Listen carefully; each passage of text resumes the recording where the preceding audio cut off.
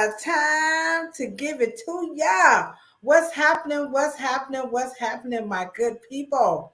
Happy Memorial Day. You know, you got to say it, but you know, I can't get all the letters in there. Memorial. Happy Memorial Day.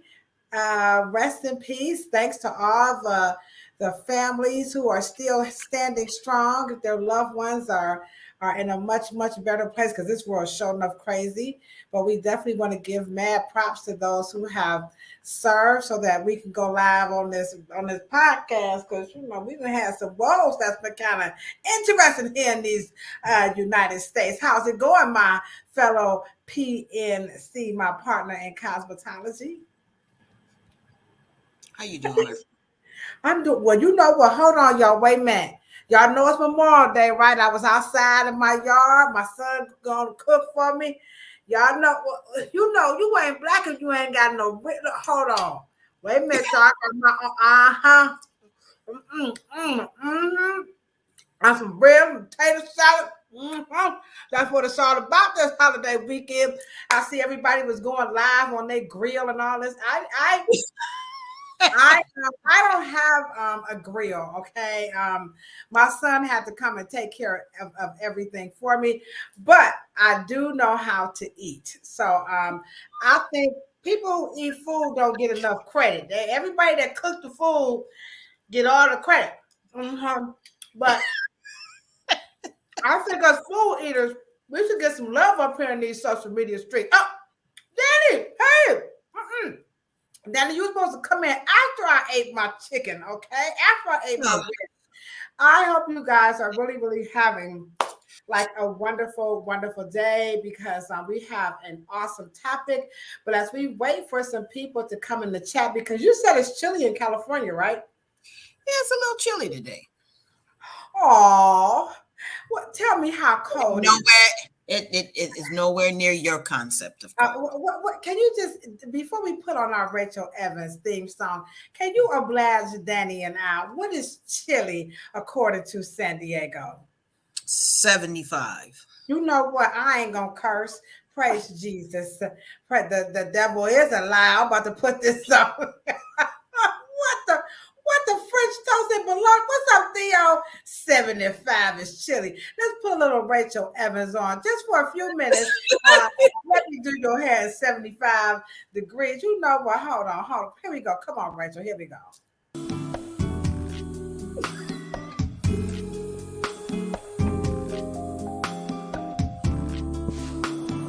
The least we can do is jam to some music. I hope you guys are having because this is about to be the discussion of a lifetime. This is how chilly it is. I have to put a blouse over my undershirt. Y'all see my face? Look.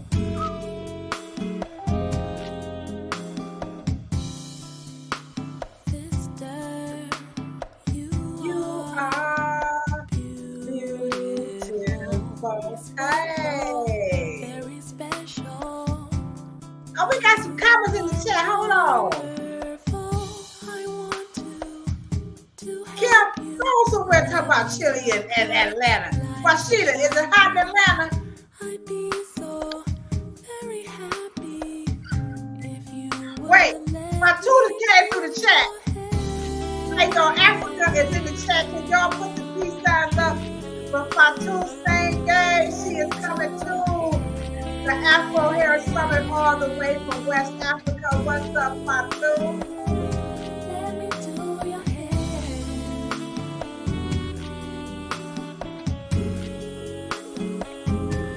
Let me do your hair.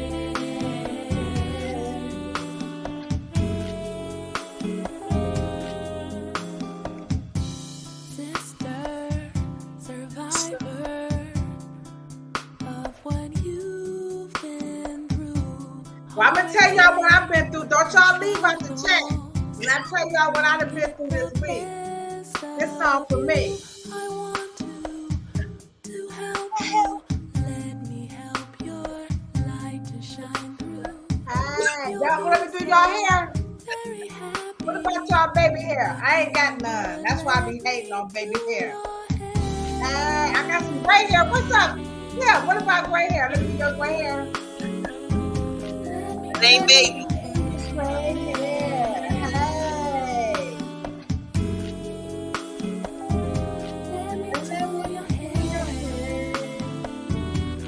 All right, y'all. Y'all ready for a wonderful show? Because it's about to go down.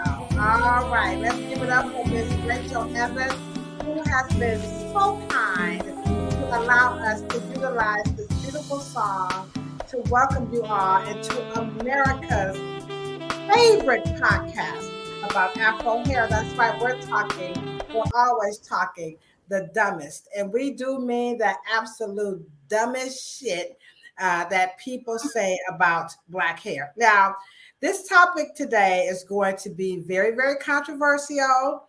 So I know that if you're watching this in the live, let's be very active, because the more you guys are interactive in the chat, then guess what happens? It tells those algorithms to get more people in. And so the more people, this makes for a very fruitful discussion. Fatu, if you could stay in the chat, I know it's like midnight there because the Gambia is way ahead of us. So just try to stay up. Go get a piece of watermelon, Fatu. I know you in Africa. Hey, the best damn watermelon is in Africa. I'm just saying, okay? So Fatu, go grab a piece of watermelon, get some Kool-Aid. Oh, wait a minute. I got my Kool-Aid cup. Check this out.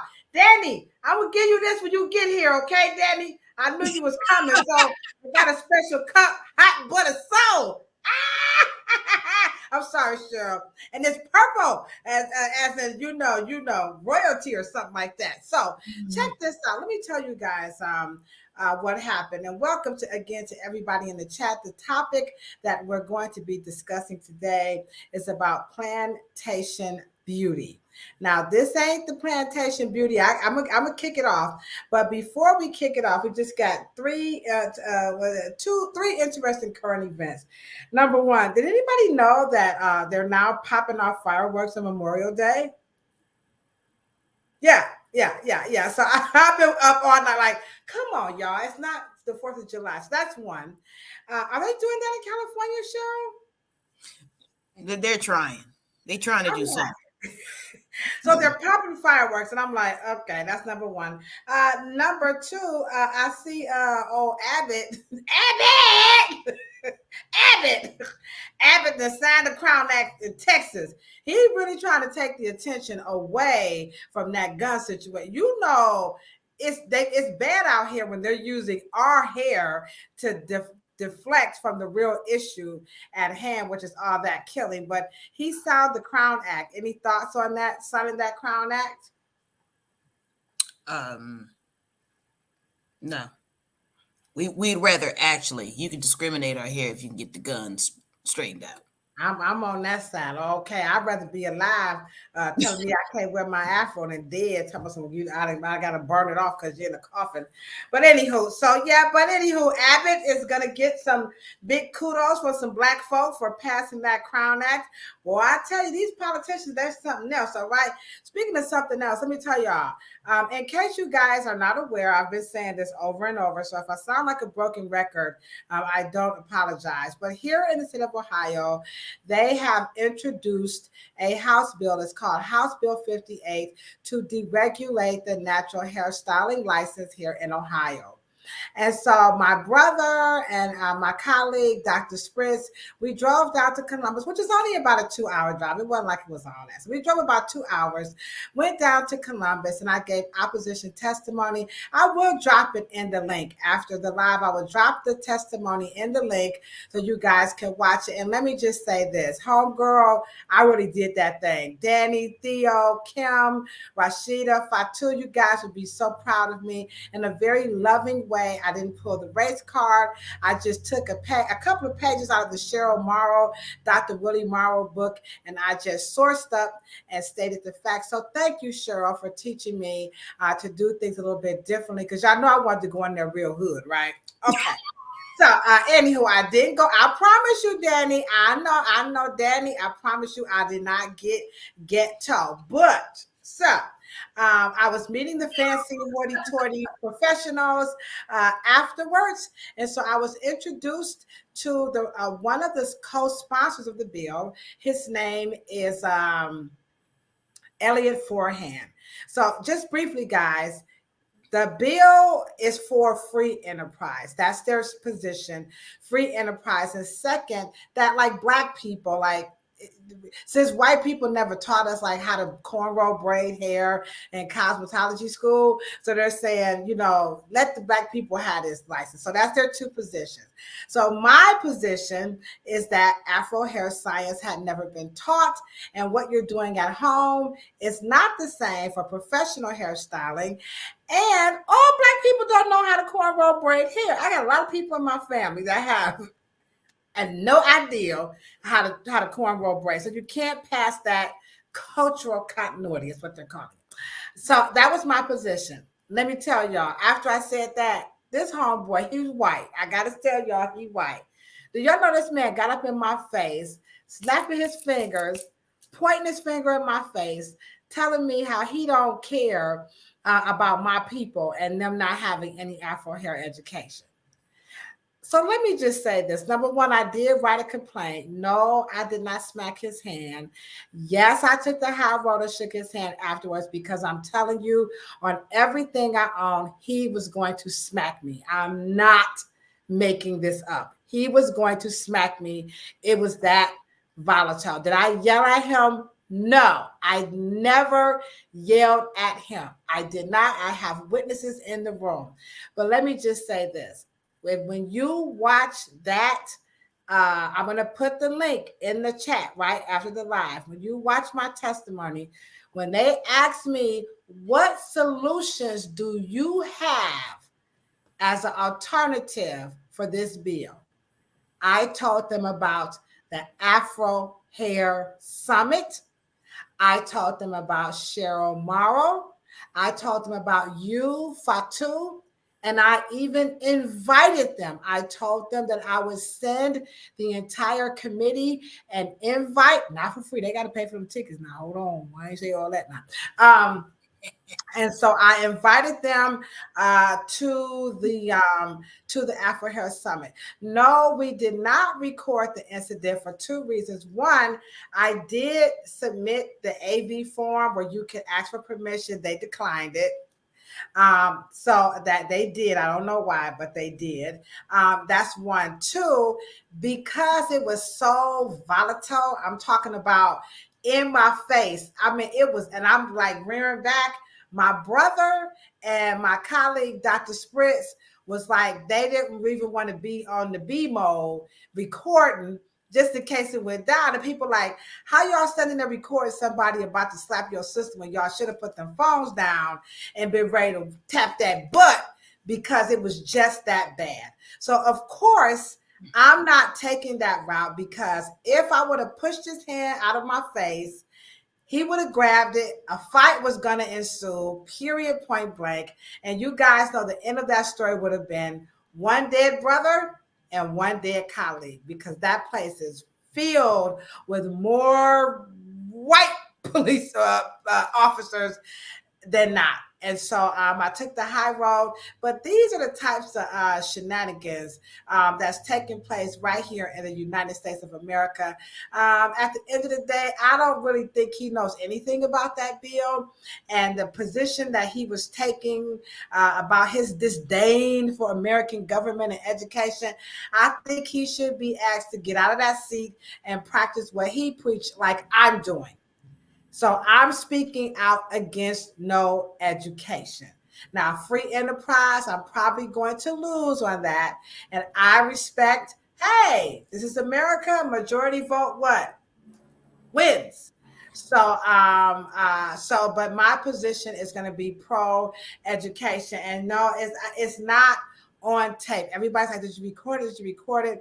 I'm telling you guys, if you were in that situation, you don't want your family members recorded. You want them to have your back just in case what? Like LL said, 12 games on stage in case it don't go right. A recording was not going to, given the position that we were in. So we did not record it because it was also so shocking. Like you don't expect a politician to come with street tactics into a chamber. Because the last two men who used the bullhorn in the chamber, they lost their jobs. You know what I'm saying? So I just, it just kind of surprised us all. And so I filed a complaint, and that's where we're at. And so this is a perfect segue into the topic, which is on plantation hair. Now, again, in that testimony, I did not take the typical narrative. So I do have a book here, Cheryl, and this one is by Dorothy Sterling, and We Are Your Sisters. This is actually a book of slave narratives. Now, most there are not a lot of narratives about slavery and hair and slave narratives. It's just one where she talks about she didn't have the things that she needed to style her hair, and then of course you got some good old Eric Foner.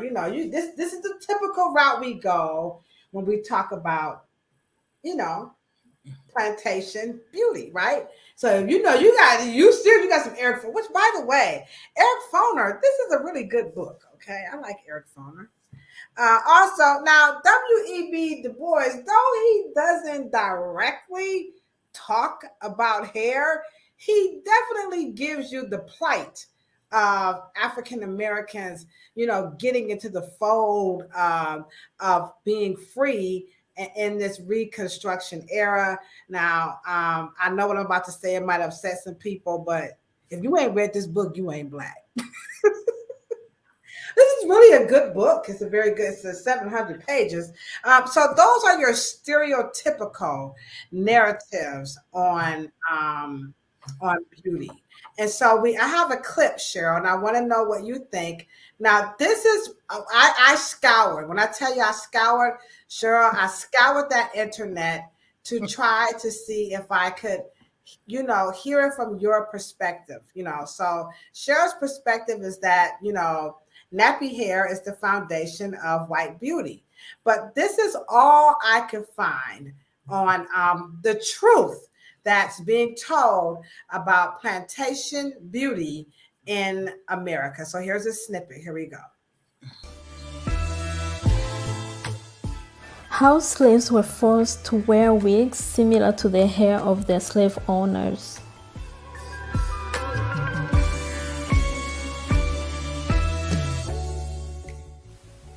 In the 90s, black people began to imitate the white people by straightening their hair with hot combs and flat irons in order to grasp every given opportunity to change their lives in a white society and escape the racist stereotypes. Then ignorance and inferiority were still reflected by kinky hair, among other black features, while straightened hair meant economic opportunities and social advantages.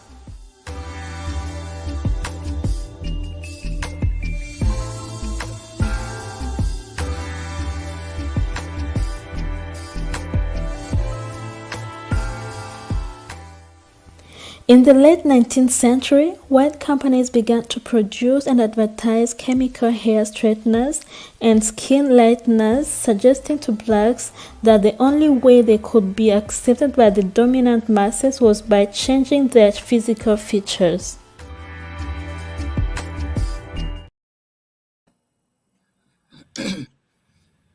Ew. Okay.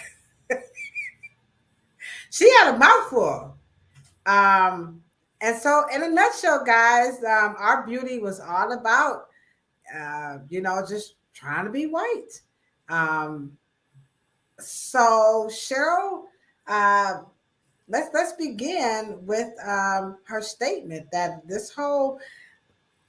our whole beauty standard, like my beauty standard, yours, anybody in the chat that has their hair altered, I guess that would be like braids or I don't know.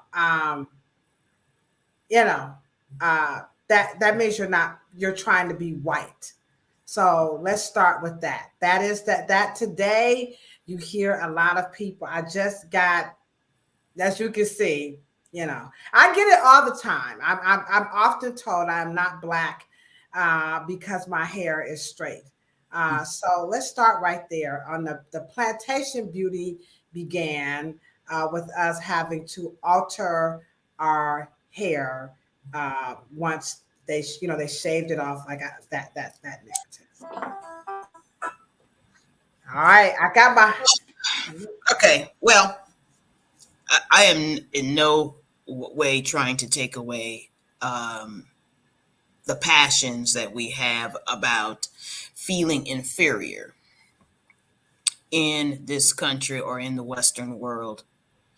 And but here's the slippery slope. And believe me, everything that we say about ourselves and our image and how we show up in the world and how we feel in the world and how we look and how comfortable we feel about the way we look in the world. Um, I want to kind of change the conversation because it was the reason why you don't have a lot of slave narratives about hair care and beauty and skincare and just beauty, period, is because all of it was not considered as important. How you looked was not important. How white people perceived you was important, not how you perceived yourself. Oh, So when black people accuse black people about um, the ultra transitional aspects of how transitional curly hair is, and that we wore it straight, we wore it many different ways because straight hair is the only opposite feature that other people as starkly different, because we're assuming that all Africans have kinky coily hair and they don't. hmm. So we're saying that the hair of the slave master, because his hair or her hair is straight, then because we didn't come here with toiletry bags and we didn't come here with combs and all the things that we would have liked to have, well, it was incompatible with working all day. It was incompatible the fact that you came here. You only came here to enrich people. We never got on. They never was specific enough for us to make a statement that is ultimately going to put damage onto our self-worth and self-esteem, to say that because we created means and understood that heat and we brought other intelligence to be able to mitigate some of the lack of time, not that the lack of hatred within, and then we wanted to be white so we straightened our hair. That, I don't know why black people keep saying that. Well, because Cheryl, you do have, I mean, now I'm just going to speak to mine. Don't let the chat get too quiet. I want you guys to hit the thumbs up button as you're sitting there watching. And don't forget, drop your comments in the chat. But, even if I just think back like to elementary school and for sure in college, you do hear that narrative of them in the name calling, the beatings, and that somehow the hair got thrown into those situations. And so I Well, think that that this was part of just demeaning yeah, enslaved but it's people. demeaning the whole person. It's not that you had a wonderful plight in life and then they just wanted to pick at you, so they picked your hair to make you feel bad. No, they were crippling and collapsing the whole entire being to get you to be in a class system, to introduce you to a class and to introduce you to a plight, which means that your mobility and your the, where you were able to go, and as far as, so you had a debt ceiling. You had a ceiling and a cap on where you could and not could, and where you could not go. You were to stay and you had a place. Does that make sense? It makes sense. It does. I just think that emotionally, because we don't see ourselves as anything of value, like what you're talking about, I think we just shrink ourselves down to, the smaller parts and pieces that you can see with the naked eye. And then, of course, when you're throwing in things like, sex abuse and, physical abuse, I just think the perception that Black people have on themselves in this country is definitely not one of Sorry. value outside of the plantation. Even when you hear professors and, or just people who are historians, when they talk about Black people, we're more like the objects without any, like content. Like this cup has value, the lid, the color, the picture, the artwork, the price, but there's nothing in it. So what you're saying is something totally different, that people really, don't talk about the value of the person, internally. Yeah. And so I think this is why we're caught up in what they say about us, what we think they said about us, because I do see YouTube platforms such as the Masi Warrior Clan, the Pseudo Killers, Dr. Ma'at. These are platforms where they're just big on you need to source where that's coming from. But then that's going to put a lot of people in a bad position, because most of us, we're talking about what we heard that was said about. We're told that white people called our hair nappy, kinky, cuckabuds. We are told that. Let me ask you a question. Do you think prior to meeting you that a white person sat down for an hour to see Black people eat watermelon? Now, How did they put that together? I don't know. I can't. So when everyone on this particular in the chat today, I want you to look up a word or a term called Black Americana. Black Americana, which is also, I think, it is known as what we call Black memorabilia. Now, what would be Black memorabilia? And most of the collectors of Black memorabilia or Black Americana is Uh white people. oh, y'all. Hold on to y'all seats. All right. Here we go, guys. Ooh. Okay. Now, Black people don't look like that, right? Right? And we don't depict ourselves like that. No. Okay.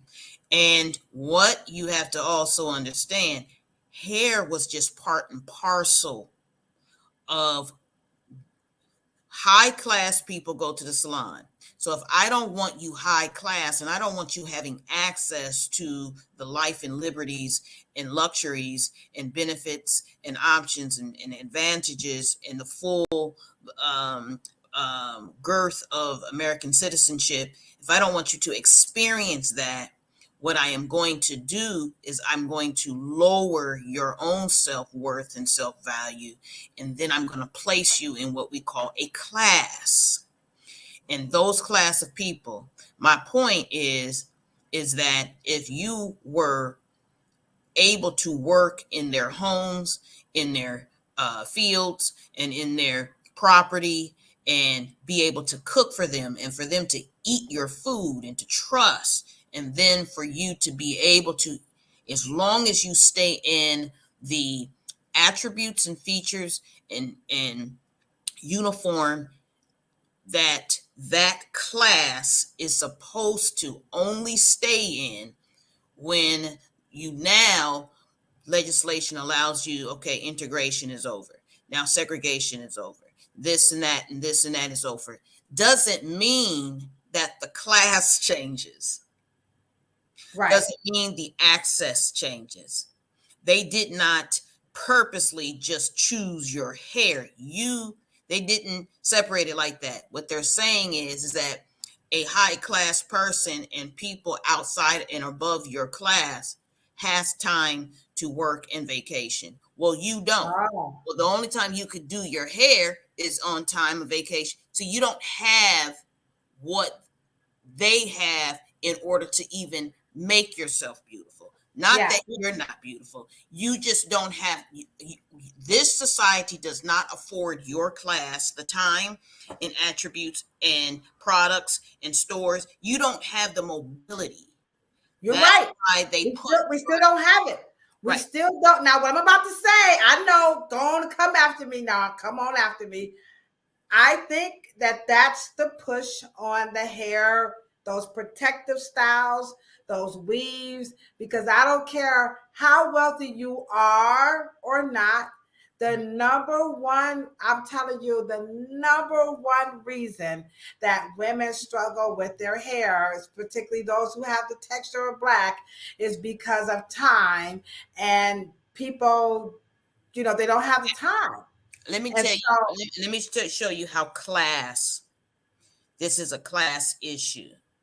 Because with class comes language, and with language it comes inferred in context, right? right? So you black people created in 1999 going into the 2000 season, the Y2K, that's why I call them Y2K naturals, right? Right. When black people say or describe their hair, they'll call it natural, right? Right. But 10 years prior to that, guess what they called white people's hair or straight hair? Anybody in the chat want to answer that? What are you saying? What did African Americans call? What did we call white? We got Did we call their hair white people's hair? No, you didn't. Good hair. Nope. Did we say good hair? No. Come on, Miss Morrow. I bet you know. I wish Miss What's her name was here. She probably know. Sandra, she probably know. Uh, White people's hair, right, Cheddar? Yeah, we say white people's hair. Straight hair. What did you guys call it in the 90s? And bragged about it. You guys said it with such like with such honor. I would say You called it 100% human. 100. She said stringy. We called it 100%. Like, give me. I don't know. You called it human because you would brag about even the hair you would buy in the store. So 100% human hair would be akin to straight hair, but you called your hair natural. Yeah. So even describing straight hair, you took yourself out of the human family. Because natural Right. hair. Because when you go to the store, Right. So You so would we're brag. You would brag. I don't yeah. wear synthetic. I wear 100% human. But the humans that you were talking about were not you. But when you named your hair and went to the legislative body and to politics, and you went to Congress and you went to the state assembly, you didn't call it human. See, that's what classification does to your mind. Oh, That's the language that you use. And that's why I always say language is so important. Why can't black people just have human hair?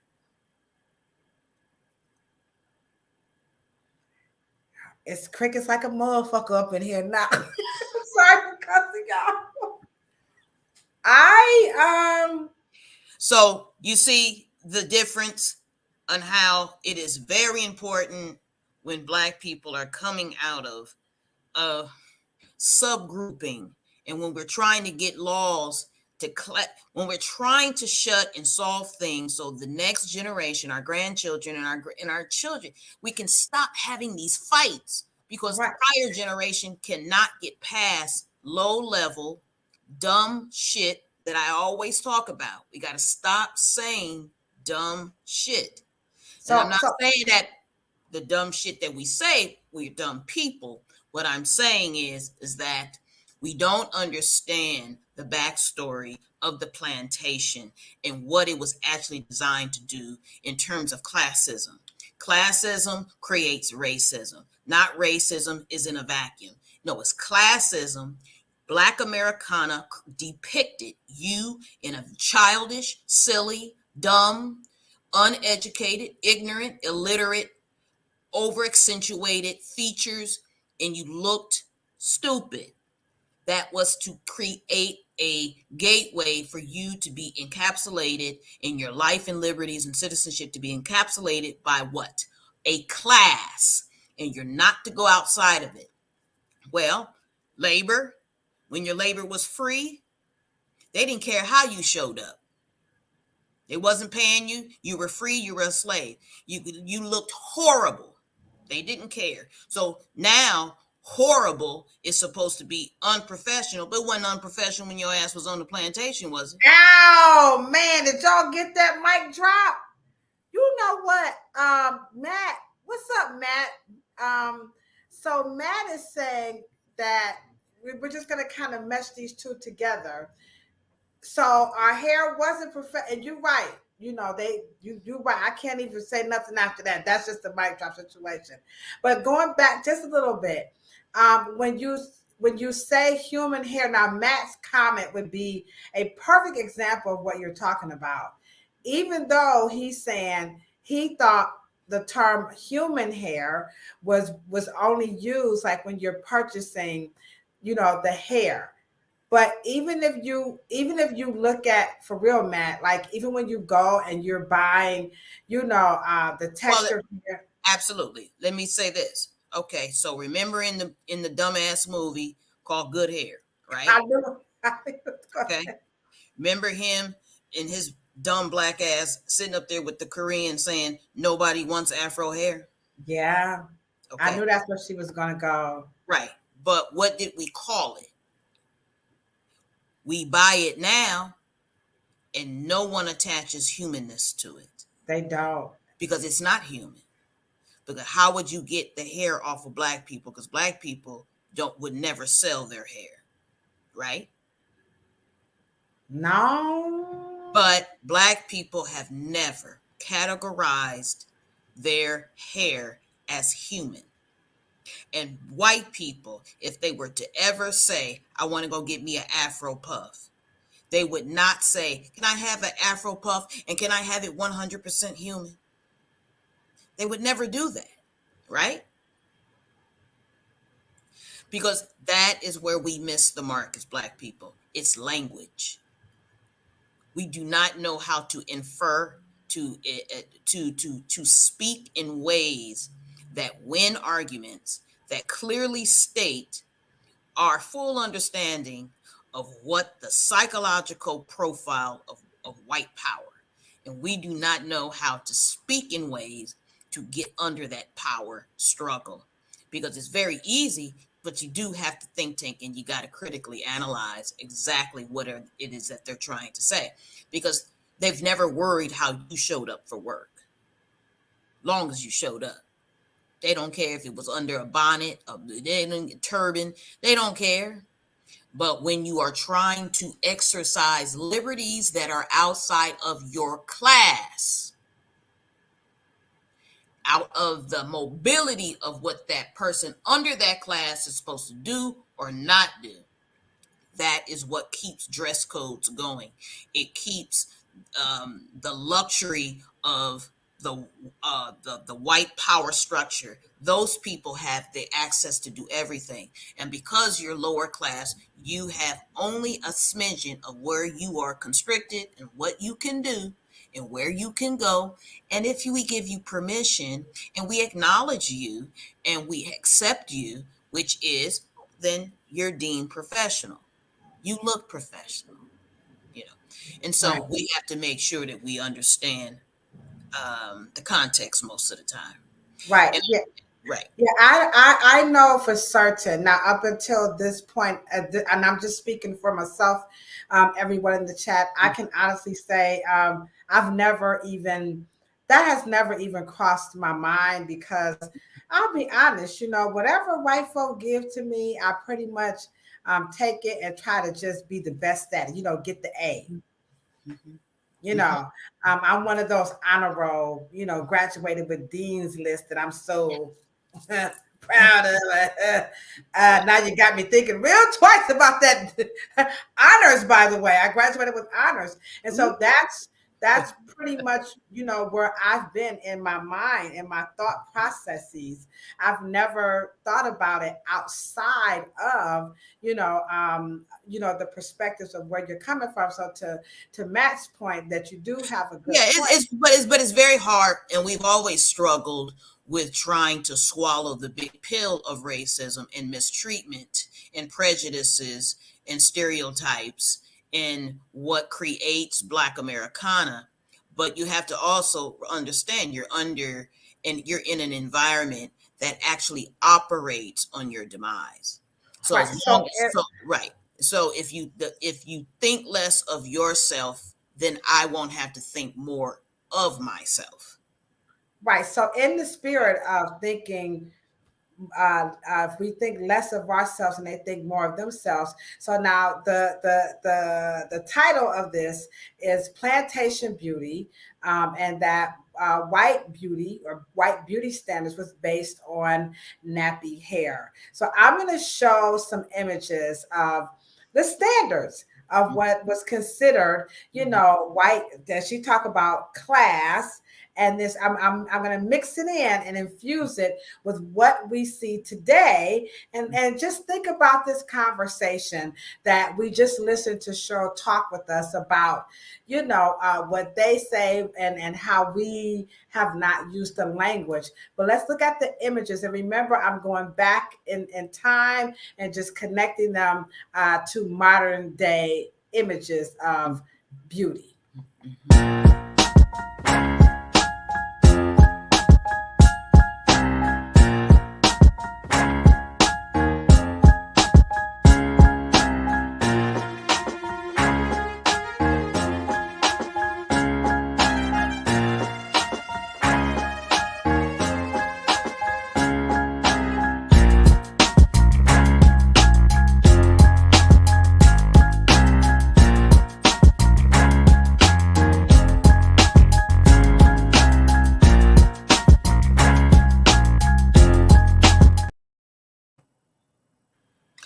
Great examples. You guys like that? Now, remember, she says that this standard of beauty was based on nappy hair. And so all of those the Black men had textures hair in different lengths. And of course, they are all beautiful. I deliberately did not even pick women because men never get in this conversation as if men are not beautiful, particularly Well, Black men. actually, men were the only ones that could do drag. See, women couldn't even portray women because women couldn't be in theater. So that's why you had men dressing up as women when there was a woman part. So you couldn't even. So it was not even about. It wasn't even about anything. So when you had remember back in the day, you had Milton Berle and you had Bob Hope and all these men who would depict women because women were discriminated against. They couldn't be into theater.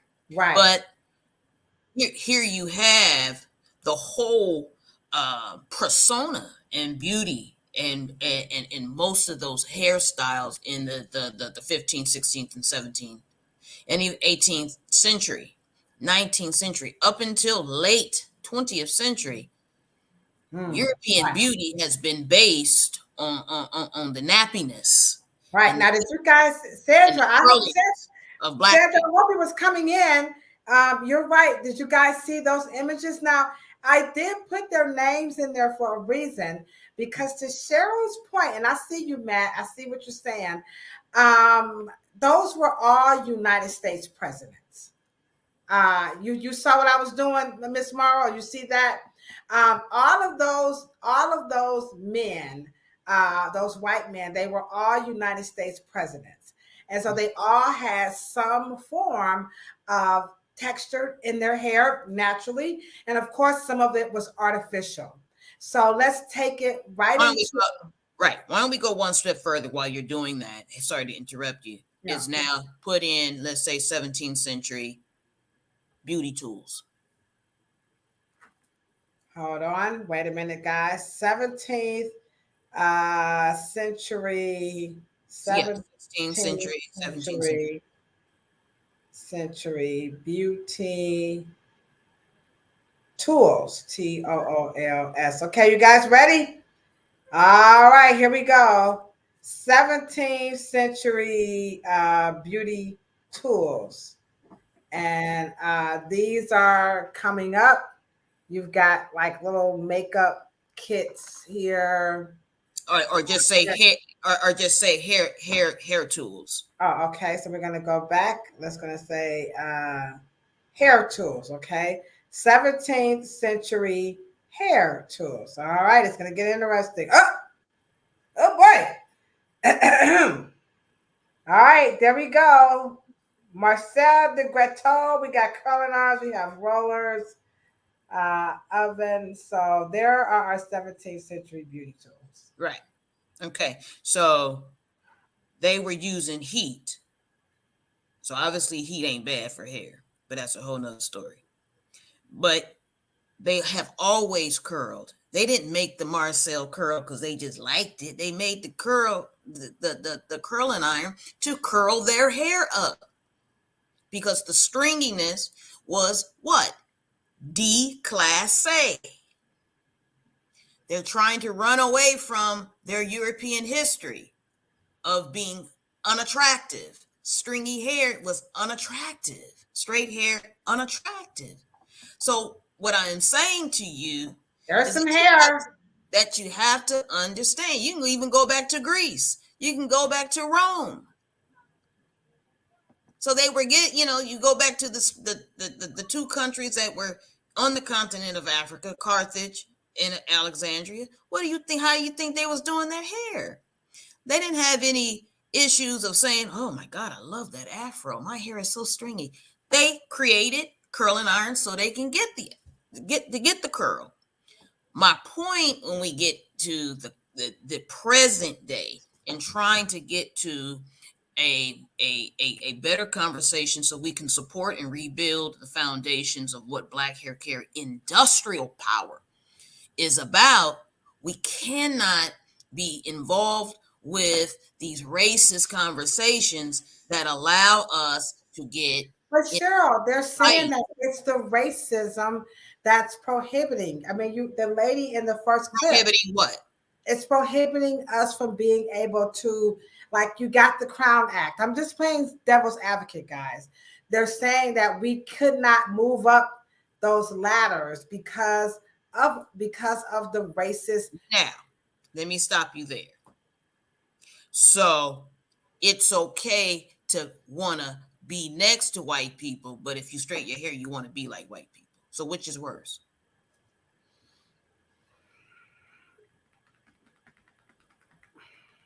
I don't know. Well, let me say this.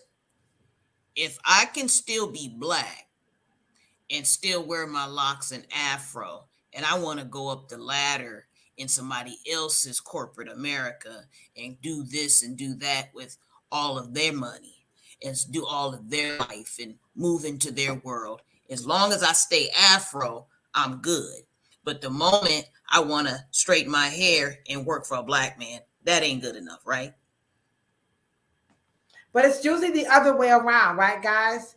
We're straightening our hair because they say I don't know this narrative. My mother always wore an afro. So this is very perplexing to me. I don't know this narrative that Black people can't wear their hair, but I see that it's real. I'm not that stupid, but that's what they're saying, that we couldn't do those things, Cheryl, because you couldn't do what? We couldn't move up the corporate ladder. You can't come to work with but that's your hair. Ladder. There is a ladder. We can't be on that's the their ladder. That's their ladder. So you're saying we should have got our own? No, what I am saying is that where are we going to draw the line with the Blackness? Is the blackness in us wanting to go up the ladder with on their jobs, or is the ladder, or is it, or are we black enough? Like, where is our blackness? If I stay Afro and I want to be, and I want to go up the corporate ladder, and I'm mad that it's their ladder, by the way, their business, by the way, and then they don't want me there, or whatever, it's hard to get there, right? Right. Okay.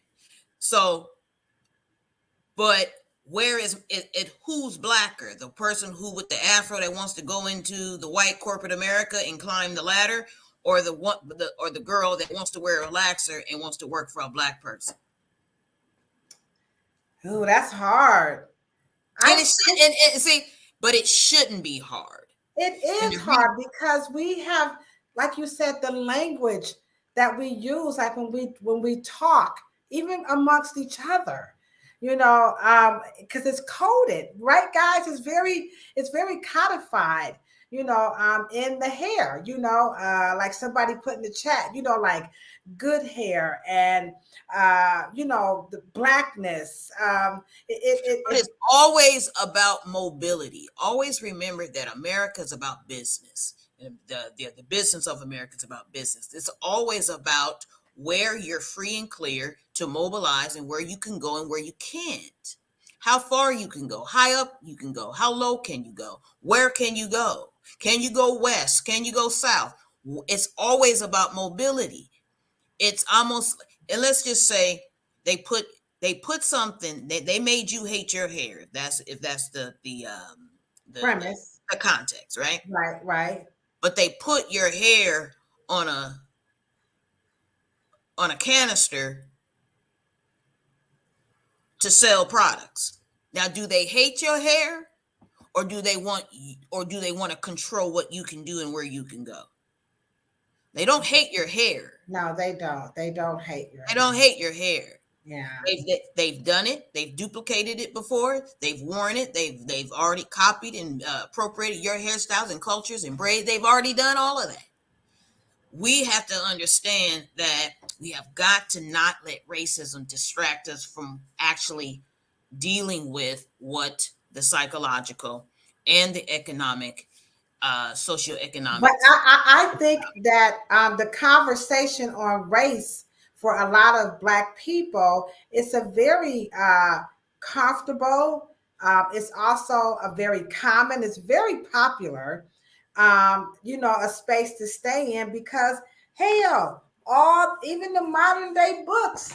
Look at all the accolades this woman has received on the 1619 project on the narrative. And I'm not saying, it was just about race, but for sure, this definitely has, the racism and everything in it. Your conversation, your narrative. The race is not racism. And it's really, you really have to understand that when you're talking.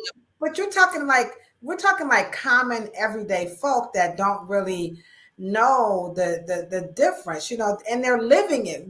They're living it daily when they're told, go home, your hair is not professional.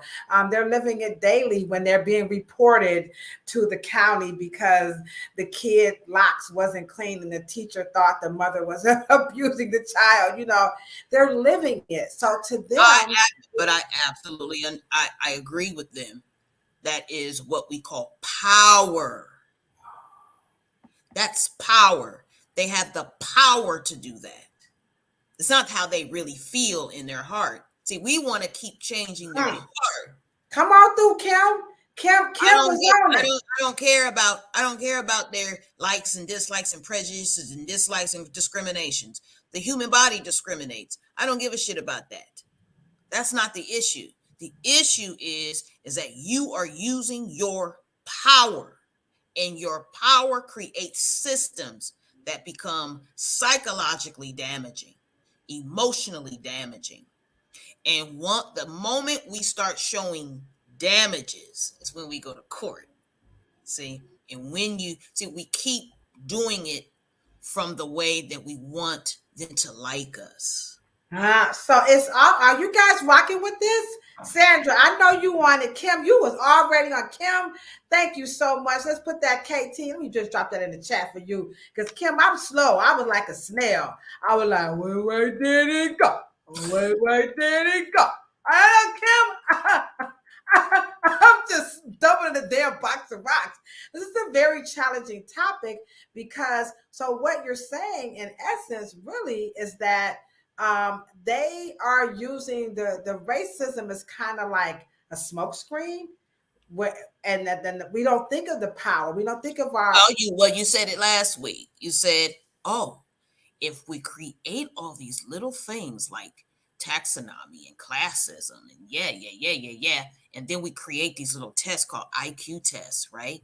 And this, that, and this and that, and this and that, and this and that. Now, we all have to say we're caught in a power struggle.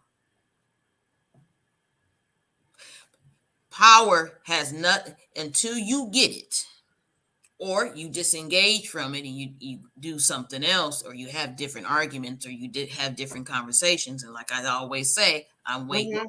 The Afro Hair Summit is about a 21st century conversation about Blackness, about hair care and scalp and skin, right? When I say that, when I say 21st century, I do not accept that there is certain restrictions and issues and things of that nature. And if there are, then I'm going to talk about them different so we can stop them. Because if I talk about them in a 20th century way, it keeps the civil rights conversation going. It keeps all these dumb shit, things we say, and then it keeps going on over and over and over. And that's why we had to examine the apology of Mr. Forehand to you. We had to dissect it, decode it, and then go back after it. Because if we don't do that, we get caught up in their soup of madness called stupid ass racism, which doesn't exist. You only exist because I exist. If I didn't exist first, you wouldn't be here. So the hair on my head is the only human hair. And everything that's variety of it is proof. It's science. Period. We don't have to have this racist conversation. Racism muddies the conversation, so you start talking about shit that doesn't make sense and it's not true. And then me and you, we leave the meeting and we don't know what we talked about. Right, but when you say Sandra and Kim, when and then you too, Miss Morrow, when you say that if you move the narrative from what you're talking about, if you move it away from racism, now you're messing with the church's money because you got all this diversity, equity, and inclusion. You got all these anti-discrimination. You got the Crown Act, and so now what we gonna talk about? Now what we gonna talk about, Cheryl? If you're gonna say it's power. Let me ask you a question. Was the plantation, see, here we go again. Black people we lock on to diversity and inclusion. Okay. Now, did you have a diversity and inclusion problem on the plantation? Did you? No, you're too raw, man. We can't have it. Did you have a diversity and inclusion problem on the plantation? Yes or no? No. Okay. Did they have a problem working around you? No. Right. What you guys are saying, I want to look the way I want to look and be on your job. Sorry, don't work like that. Why? Because power doesn't allow it. I hear you, Kim. It doesn't. It's incompatible. Even Christianity is incompatible with capitalism and power. It's not compatible. So what we're actually talking about here is crimes against the Constitution. These are criminals.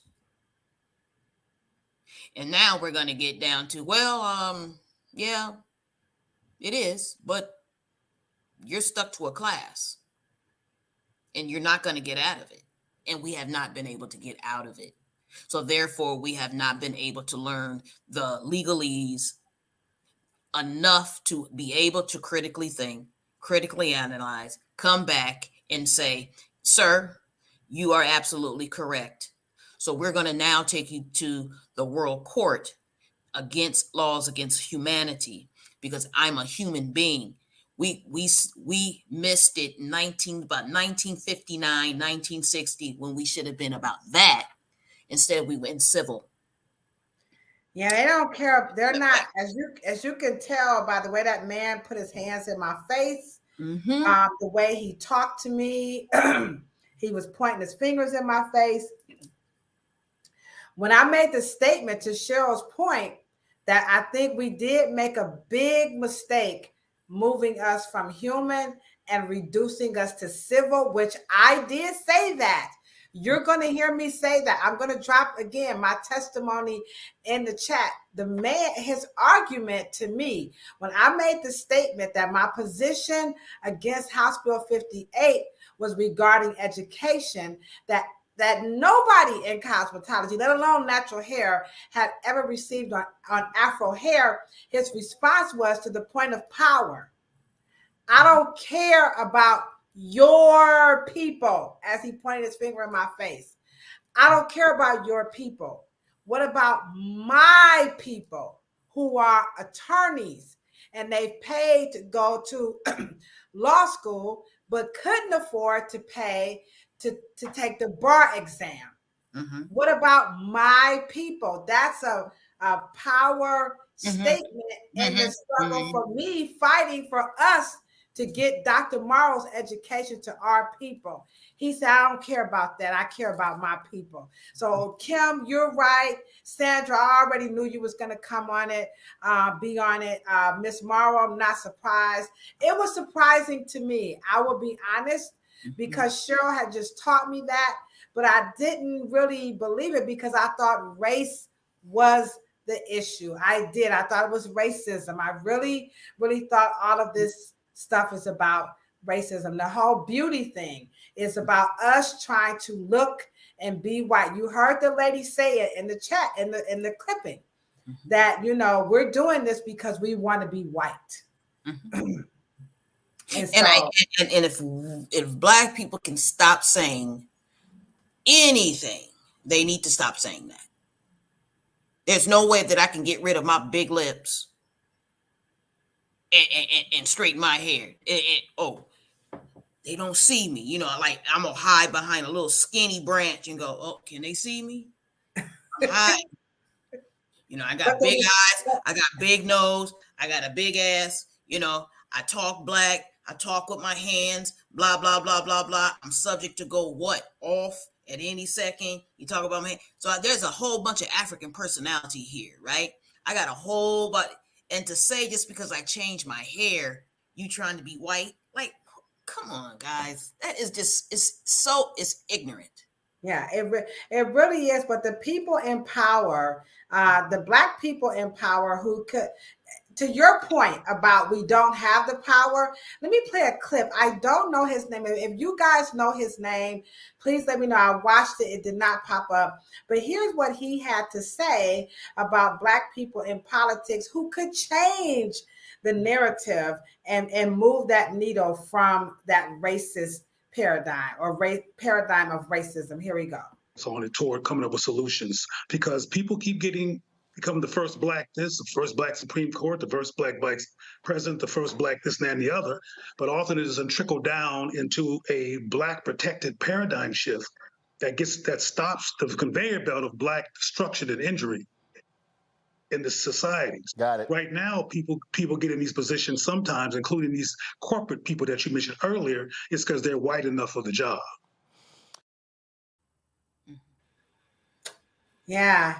I don't know who he is, but now let me ask you a question. And ladies and gentlemen on this chat, who's blacker? Justin, out of the two Justins, the one with the nappy afro, or the one with the long ponytail?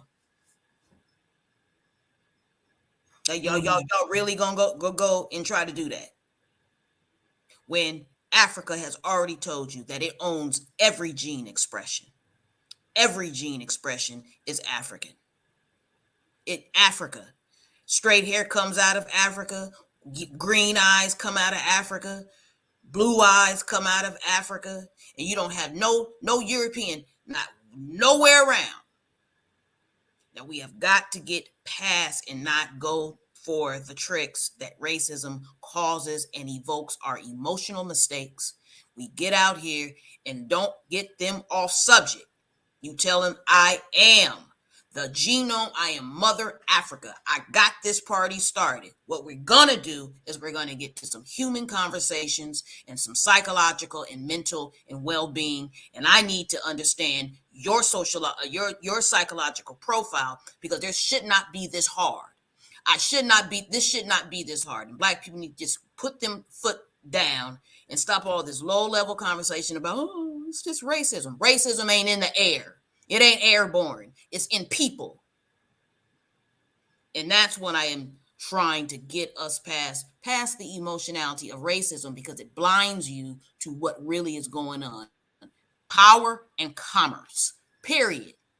It ain't no money in it. White folks ain't in it. It ain't no money in your hair. They ain't in it. Yeah. Right. Okay. So if we did it before, we can do it again. We have to be able to look at history critically and say, okay, Europeans, they've been wearing our hairstyles and whatever. So what is the problem now? It's not the fact that they dislike you. They dislike Black. They don't like the way you, all of that craziness. No, it's power. They want to tell you that it's about making America great again. And that again means, where were you and where were you at the time of that great again? If it's me being locked into a plantation, can't go outside state, got a GPS on my ankle with a bell, and I can't move one way or another without massa knowing I'm moving or I'm going someplace. Like, what is it that triggers in white power that triggers a Black African descending cultural hairstyle? Nothing. Because they've worn it, I've worn it, everybody's worn it. Okay, so let's get over that. What are we really talking about? And we got to hurry up and get this done, because at the end of the day, the further our younger people get away from that cotton sack, get away from that plantation history, away from it, they're going to be completely lost, and they're not going to know what hit them, and they're going to be strung around again, and they're going to get right into that stupid, and then they're going to have deeper issues to deal with. They're going to get Hispanic amnesia, Asian amnesia, European amnesia, and nobody's going to remember anything and not even be able to tell them where the bodies are buried. So we got to get this done now. Right, right. And you know why Cheryl is able to really enlighten us? Here's a book here. It's the cover, you know, it's so old. It's so old. And this is a book by Sheik Anta Diop. Joke. Okay, Diop, Diop. And in this book, it's called, you know, Black Africa. I don't even think this book is in print anymore. I'll steal it. If I see it around, I'm gonna steal it. She gonna steal it. He was saying this. I don't know what year was this. He was saying everything that Cheryl was saying. This is 1974. Dang. He was saying what Cheryl is saying back in 1974. You guys may not be aware, but Sheik Anta Diop and Theophile Obenga, they gave this wonderful presentation at UNESCO because they were really trying to remove Black people's place and contributions. And when you do that, that's a very mighty, mighty powerful move. Today, our new thought leaders, if you think about the clip from that gentleman from Roland Martin's show, what he, Cheryl, and Sheik Anta Diop is saying, which is what, let me go back. Here you go, right here. Where you at? Here you go. What Sandra said, if we don't get our acts together on this, our youth, where will they go? They're at the mercy of a Dane Calloway. They're at the mercy of a Dr. Umar Johnson. They're at the mercy of a Tariq Nasheed. Now, I liked all those brothers until I found out they have nothing. This power that Cheryl is talking about, that Kim and Miss Morrow, you guys are acknowledging, that's kind of new to me, that we're overlooking. They ain't even hitting on that. They're sending out a bunch of angry Black people into society with nowhere to go. And to Cheryl's point, that gentleman's point from Roland Martin and Sheik Atiyope, if we don't do this right, Sandra, we don't get our acts together, we're in a lot of trouble. And this Afro Hair Summit is a great place to start. And I can tell you this from working as an outreach worker in the streets, going from door to door and living it. Hair is a wonderful hair. It's a safe space to grow from, or to grow into, because everybody have it, even if they don't have it. You get what I'm saying? And so, but we got to have the education around it. Next week, what we're going to do is we're going to come back and we're going to use the Afro Hair Summit. We're going to take a deep dive into the formation of the Afro Hair Summit, because some of you guys might be even wondering, I mean, I got Afro hair education. I'm Black. You know what I'm saying? Oh, well, what is that? To those who don't, who really, truly, authentically, like, what is Afro hair science? What does that mean? And why is this so important? Per Sandra's statement that, we need to get our acts together because we're missing our mark. And what's happening is they're using their power to keep us locked into racism. Now you see why DeSantis and them is saying, burn the books, ban the books. No, we don't want to burn the books. We ain't trying to do that. We're not trying to burn the books. Well, here we go again. Remember what the apology to you, right? Now, and I will post now remember, right? Yeah. So when you showed me his apology, right? And we're talking about Forehand, in case you guys are just coming into the chat. This is State Representative Forehand, who dogged me out, put his finger in my face. He definitely almost slapped the shit out of me. But anywho. Right. So remember he said, I hope, one of my hopes is that I can grow from this. Well, if you burn the books, you can't grow, because the books ain't for me. You mean I'm gonna read a book about being Black in America? No, all those wonderful books need to be on y'all's a purchase list, Christmas list, right?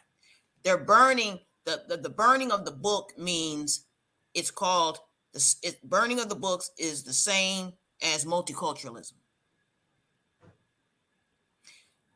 Burning books is the same as diversity and inclusion. What? Sure, we about to get off the live and you to threw it. Did y'all see how she threw a monkey wrench? There. Okay. It says she done went wrong, y'all. It's called erase. Erase Blackness.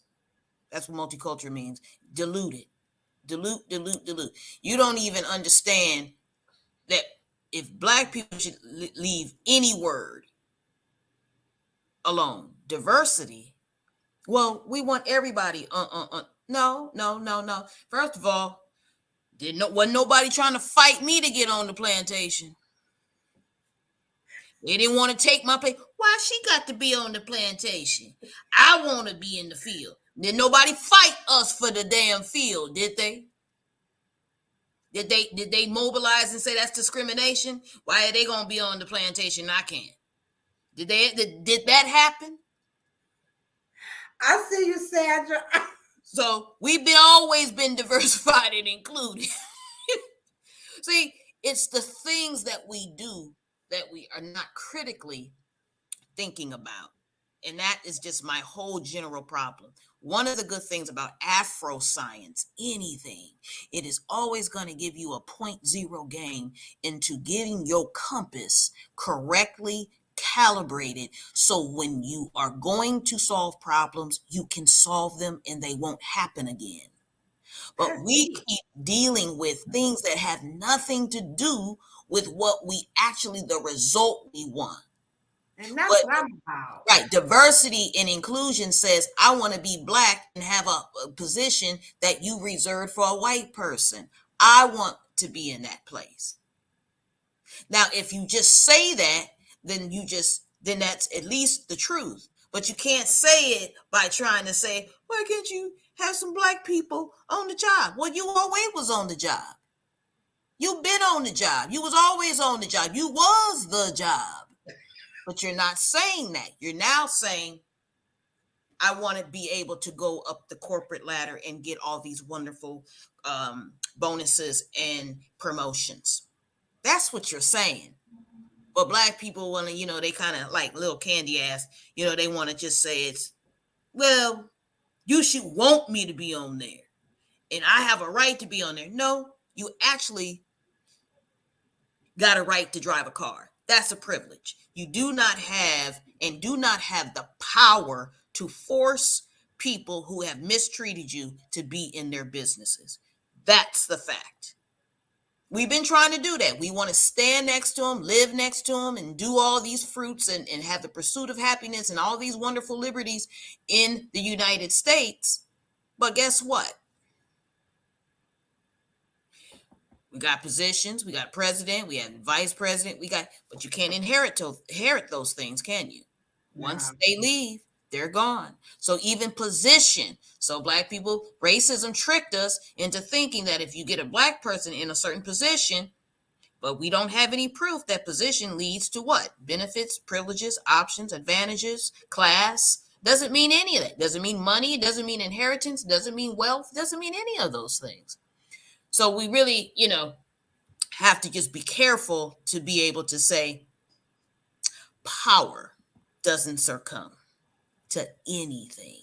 It only succumbs to another power. That is what Dick Gregory was trying to tell us.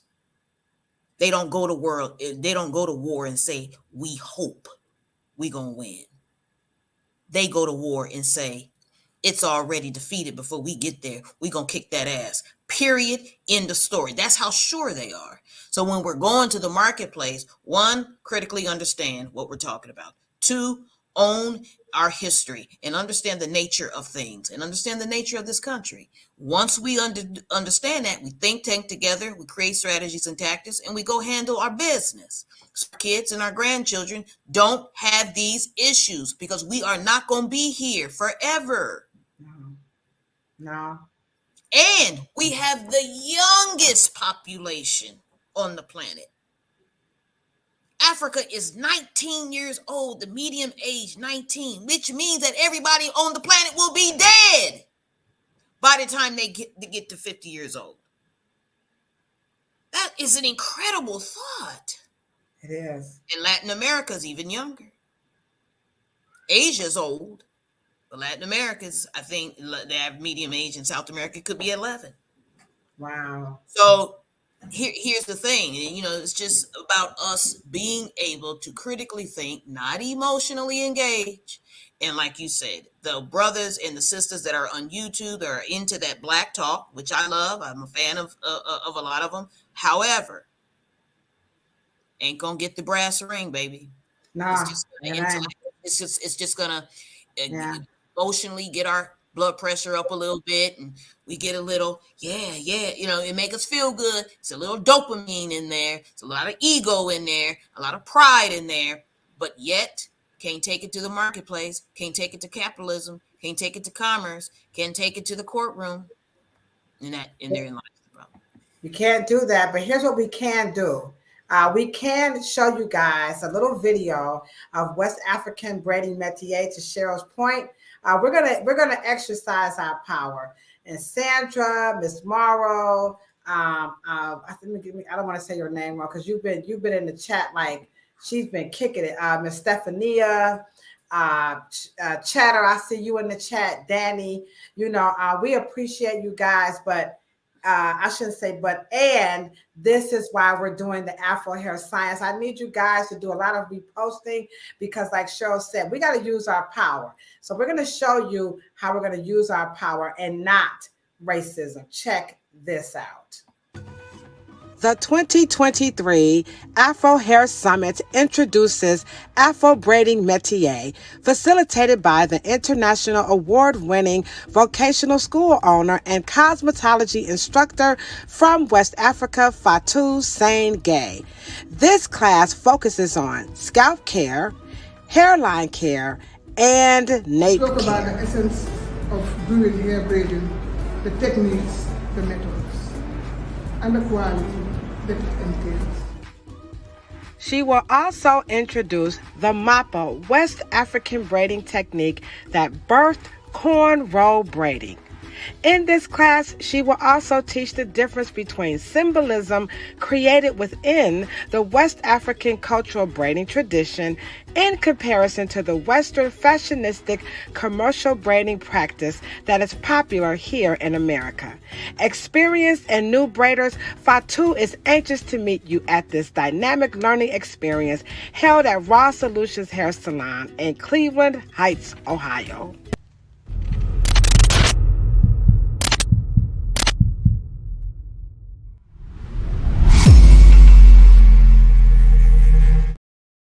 Now that's what we saw. That's it. We're doing it, guys. We are going to go ahead on. We're going to exercise. We're going to do our power thing. That's right, Miss Sant. Wow. Yeah, we're definitely trying to do that here. What's up, Miss Lagos? Quandra said, what's up, Cheryl? So yeah. So we are doing our thing with the Afro Hair Summit. It's happening this summer here in Cleveland, Ohio. July 15th through July 17th. All you got to do is just visit afrohairscience.com and then you'll see all the goodies that we have to offer. The classes are very affordable. We're going to be back next week and we're going to go in depth with what we can do with this power when it comes to Black people and the education of Afro hair. Take a deep dive, and so you guys can get a full understanding of what this Afro Hair Summit is all about. Cheryl, did you want to close us out? This was a very powerful. I never thought Plantation Beauty was this powerful. When it comes to the beauty standard being based on nappy hair. I'm sure we all have walked away with, yeah, it's true. America's beauty standard truly was and still is based off of nappy hair. So take us out with a nice school for thought. Mm-hmm. You know, that statement reminds me of a statement that Dr. Amos Wilson used to always say. He actually would say, I actually wish that Africa did not have so much richness in its soils, because if it wasn't for that, we would probably have that richness would probably be in our consciousness instead. And he says, as a opposing thought, is that, let's just say, for Japan has no riches in its soil, but the consciousness is their currency. It's in their consciousness as a collective, as a people. And so one of the things that my job in July is to make sure that every Black person that attends understands themselves as a Black entity and deity and human being on this planet, and why you look and feel and respond and interact with the environment the way you do, and how you have come to be in science, in biology and chemistry, okay, and in the ultimate wonderful art form we brought to the world tens of thousands of years ago called cosmetology. Introduced it to Europe, introduced it to Asia, introduced it to Latin America, introduced it to Indians, introduced it to Polynesians. We introduced what beauty and self-care and well-being and self-advocacy was about. And that's what we're going to do. And I hope to see you there. All right. So you guys, we thank you so very much. We'll be back next week taking a deep dive. I'm going to deliberately bring in some Amos Wilson clips because I know some of you guys might be like, who the hell is Amos Wilson? So Cheryl Morrow is the female version of Dr. Amos Wilson, in my opinion. We thank you guys so very much. Thank you for being part of this wonderful platform. This is the dumbest shit that people say about Black hair. This is officially America's favorite podcast about Afro hair. We hope to see you. We can't wait to see y'all next week. You know what we say when we're signing out? We're always talking about a whole lot of peace, for sure, a whole lot of love, and of course, a whole lot of hair, right? But check it out. If you ain't got it, don't want it, can't stand it, can't grow it, hell, you're going to cut it off in 2023. We said, don't worry about that on them damn bald patches. Why? Because all of that stuff, as we just learned today, it's Absolutely. all beautiful too. And so are you. Deuces.